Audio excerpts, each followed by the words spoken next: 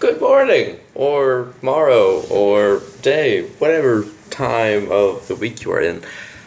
Today, we are going to talk about literature, and more specifically, young adult literature, as we try to find out what exactly is young adult literature. Now, before we go on to the definition of what young adult literature is, we should first understand what makes literature what it is. For that, I've looked at two sources, one from George Herbert and one from Jonathan Kohler. George Herbert talked a lot about the structural aspects of literature. It said that it was overall a written or printed composition with a concentration of the reflection of human life by writing means. And it was an imaginative commentary on life, whereas Kohler looked more into the functional aspects of it and talked about how it could bring a critique or an insight into a society. With this in mind, we can now look at the three big literature classes, that being adult, young adult, and children's books.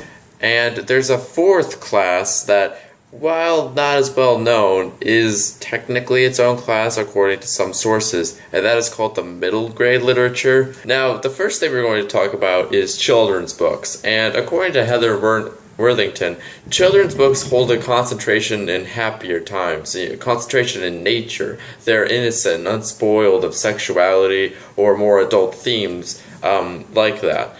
They are playful and imaginative. They have the fantasy of childhood, as she says. Isabel Wilkerson also noted that children's books commonly contain pictures or illustrations and can be adaptable for all readers. And so now we can look at adult books and see how they are almost the complete opposite of children's books in that they're more fantastic realism. There are more flashbacks, more irony, more integral use of setting. There's sexuality present in these books. There are more complex interpersonal dialogues. You have much more interior monologue, much more introspection. You get more characters examining their personal motivations and a bigger emphasis on the dialogue rather than the action. And then we get on to Adrienne Ranta, who discussed middle grade, young adult, and adult books in her web post. Now, Adrienne Ranta said that adult books generally have an adult protagonist, have a strong sense of nostalgia. Time usually passes from the action remembered and its occurrence. And there's usually an open-ended commentary on the book's themes. According to Ranta, middle grade books generally contain a late elementary to junior high protagonist. There's a middle school or middle school-esque setting. It deals with friendship and the sense of belonging, mostly. With all this in mind, we can start to form a definition for what young adult literature is, understanding what literature is, and what adult, children, and middle grade literature is. We can see this sort of middle ground where many authors said this type of bridge between children's books and adult books, getting these teenagers ready to understand the world in more complex ways than the average child would. Muller says that young adult books generally have the profound aspects of growing up. They can contain flashbacks like adult books. They have interior monologues. There's irony, integrity of setting, to a lesser degree than adult books. Chris Crow in What is Young Adult Literature gave a very important detail that young adult literature is usually marketed to or intended for young adults. And the audience is generally in the junior high to high school range. And this is important because many books in the adult range are usually read by teenagers, and many children's books can be read by teenagers.